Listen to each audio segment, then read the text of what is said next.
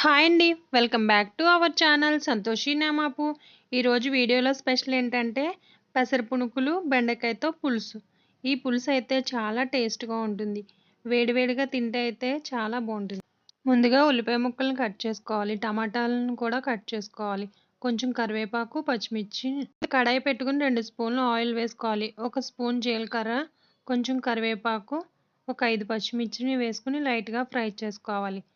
తర్వాత ముందుగా కట్ చేసుకున్న ఉల్లిపాయ ముక్కలను కూడా వేసుకోవాలి. ఉల్లిపాయలన్నిటిని వేసుకుని బాగా ఫ్రై చేసుకోవాలి. ఉల్లిపాయలు వేగడానికైతే టైం పడుతుంది కాబట్టి ఈ లోపల చింతపండునైతే నానబెట్టేసుకుందాం. ఒక పెద్ద నిమ్మకాయ సైజు చింతపండుని నానబెట్టుకోవాలి. ఈ చింతపండులో అయితే వేడి నీళ్ళు వేసుకుంటే త్వరగా నానిపోతుంది. ఉల్లిపాయలు గోల్డెన్ బ్రౌన్ కలర్ వచ్చిన తర్వాత 1 కప్పు టమాటాలను వేసుకోవాలి. ఈ టమాటాలను బాగా ఫ్రై చేసుకుని 2 స్పూన్ల ఉప్పును వేసుకోవాలి. లైట్‌గా ఫ్రై చేసుకోవాలి.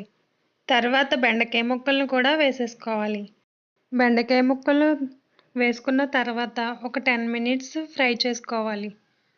తర్వాత మూత పెట్టుకుని మగ్గించుకోవాలి. ఇలా మగ్గించుకోవడం వల్ల బెండకాయ ముక్కలు అయితే త్వరగా మగ్గిపోతాయి. మూత తీసుకుని ఈ 1 స్పూన్ కారాన్ని వేసుకోవాలి. బాగా ఫ్రై చేసుకున్న తర్వాత 1 కప్పు వాటర్‌ను అయితే వేసుకోవాలి. వాటర్ వేయడం వల్ల బెండకాయ ముక్కలు అయితే త్వరగా ఉడికిపోతాయి. తర్వాత ముందుగా నానబెట్టుకున్న చింతపండు వాటర్‌ని అయితే వేసేసుకోవాలి. 2 కప్పులు చింతపండు వాటర్‌ని వేసుకోవాలి. ఒకసారి కలుపుకొని మూత పెట్టుకొని ఉడికించుకోవాలి. పులుసు బాగా మరిగిన తర్వాత పెసర పునుకులను అయితే వేసేసుకోవాలి. పెసర పునుకులు వేసుకుని ఒక 10 మినిట్స్ మరిగించుకుంటే అయితే సరిపోతుంది. ఎక్కువ మరిగించుకోవడం వల్ల అయితే పునుకులు విడిపోతాయి. అలాగే ఈ పులుసునంతా పెసర పునుకులు అబ్జర్వ్ చేసేసుకుంటాయి. అంతేనండి. ఈ పెసర పునుకులు పులుసు అయితే రెడీ అయిపోయింది.